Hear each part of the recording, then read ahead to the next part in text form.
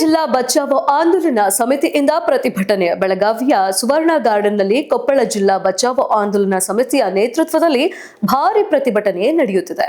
ಕೊಪ್ಪಳ ನಗರ ಹಾಗೂ ಸುತ್ತಮುತ್ತಲಿನ ಪ್ರದೇಶಗಳಲ್ಲಿ ಕಾರ್ಯನಿರ್ವಹಿಸುತ್ತಿರುವ ಸಿಮೆಂಟ್ ಕಂಪನಿಗಳಿಗೆ ಯಾವುದೇ ರೀತಿಯ ವಿಸ್ತರಣೆ ಅನುಮತಿ ನೀಡಬಾರದು ಎಂದು ಪ್ರತಿಭಟನಾಕಾರರು ಆಗ್ರಹಿಸಿದ್ದಾರೆ. ತುಂಗಭದ್ರಾ ನದಿಯ ಹತ್ತಿರ ಇರುವ 28 ಬೃಹತ್ ಕಾರ್ಖಾನೆಗಳನ್ನು ತಕ್ಷಣವೇ ಮುಚ್ಚಬೇಕು ಎಂದು ಒತ್ತಾಯಿಸಿದ್ದಾರೆ. 44 ಎಕರೆಯ ಬಸಾಪುರ ಕೆರೆಯನ್ನ ಸಾರ್ವಜನಿಕರ ಬಳಕೆಗೆ ಮುಕ್ತಗೊಳಿಸಬೇಕು ಎಂಬುದು ಪ್ರಮುಖ ಬೇಡಿಕೆಯಾಗಿದೆ. ಉತ್ತರ ಕರ್ನಾಟಕದ ಅಭಿವೃದ್ಧಿಗಾಗಿ ರಾಜ್ಯ ಮಟ್ಟದ ಎಲ್ಲ ಸಚಿವಾಲಯಗಳನ್ನು ಸುವರ್ಣಸೌಧಕ್ಕೆ ಸ್ಥಳಾಂತರಿಸಬೇಕು ಎಂದು ಪ್ರತಿಭಟನೆ ನಡೆಸಲಾಗುತ್ತಿದೆ. ಇದರಿಂದ ಉತ್ತರ ಕರ್ನಾಟಕದ ಜನರಿಗೆ ಅನುಕೂಲವಾಗಲಿದೆ.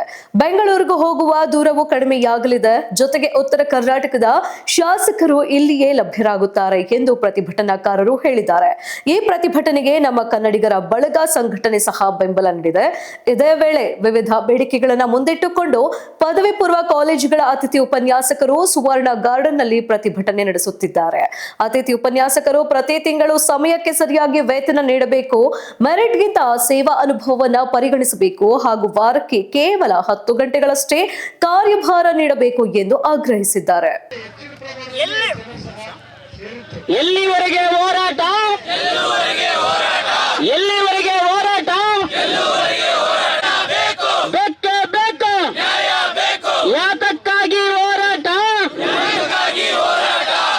ಬೇಕೇ ಬೇಕು. ಬೇಕೇ ಬೇಕು. ಸಮಾನ ಕೆಲಸಕ್ಕಾಗಿ